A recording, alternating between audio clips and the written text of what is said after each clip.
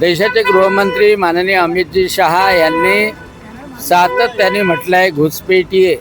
ये देश को लगी हुई बीमारी है, इसके ऊपर उपाय करना है और वो हम कभी टॉलरेट नहीं करेंगे। दुर्दैवाने काय होतं की पश्चिम बंगालमध्ये एवढी पोरस बॉर्डर झालेली आहे की पश्चिम बंगालमध्ये बांगलादेशमधून घुसखोर येतात, रोहिंग्या येतात, त्यांना तिथे आसरा मिळतो, संरक्षण मिळते आणि तिथनंच मग पूर्ण रिंग सुरू होऊन जाते आणि ती रिंग संपूर्ण देशामध्ये पसरते। हा एक सामूहिक प्रयत्न आहे त्यांचा, ही सामूहिक गुन्हेगारी आहे आणि त्यांना राहायला जागा मिळते, पाणी मिळतं, इलेक्ट्रिसिटी मिळते आणि स्थानिक स्वराज्य संस्थांमध्ये जे नेतृत्व असतं त्यांनी जर त्यावर कंट्रोल ठेवलं नाही